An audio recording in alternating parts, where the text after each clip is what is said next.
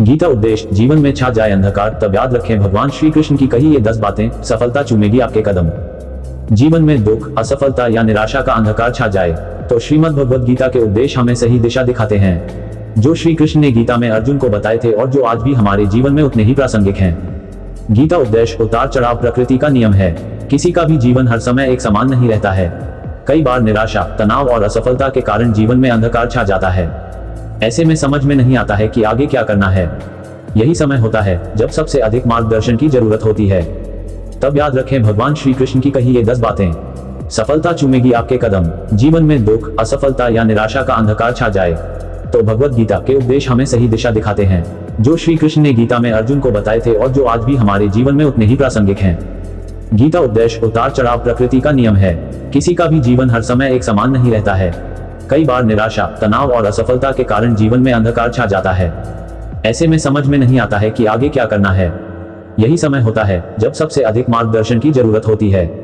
अगर आप भी अपने जीवन में लगातार असफल हो रहे हैं और आगे का रास्ता आसान नहीं दिख रहा है, तो ऐसे समय में भगवान श्री कृष्ण द्वारा अर्जुन को दिए गए श्रीमद् भागवत के उपदेश आपके जीवन को नई दिशा देने में सहायक हो सकते हैं।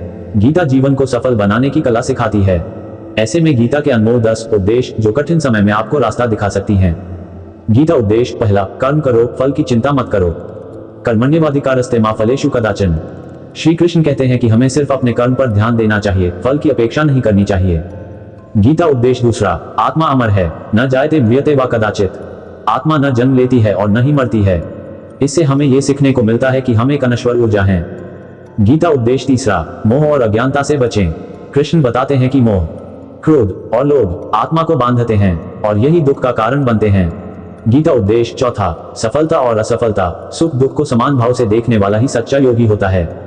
गीता उपदेश पांचवा, मन ही दोस्त और शत्रु है। मन को नियंत्रित कर हम खुद को ऊंचा उठा सकते हैं। गीता उपदेश छठा, भगवान श्री कृष्ण कहते हैं कि लोभ न केवल चरित्र नष्ट करता है बल्कि जीवन को भटका देता है। ऐसे में लोभ का त्याग ही सबसे उचित होता है। गीता उपदेश सातवां, हर कठिन परिस्थिति अस्थायी होती है, धैर्य रखें और ईश्वर में विश्वास बनाए रखें। गीता उपदेश आठवां, अज्ञानता से मोह पैदा होता है और ज्ञान से ही आत्मा की शुद्धि होती है। गीता उपदेश नवां, जो भी करो उसे भगवान को अर्पण करके करो, तभी वह सफल होगा। भगवान श्री कृष्ण कहते हैं कि हर कार्य में समर्पण जरूरी है। गीता उपदेश 10वां, भगवान कृष्ण कहते हैं कि जो सच्चे मन से मेरा स्मरण करता है मैं सदा उसके साथ रहता हूँ।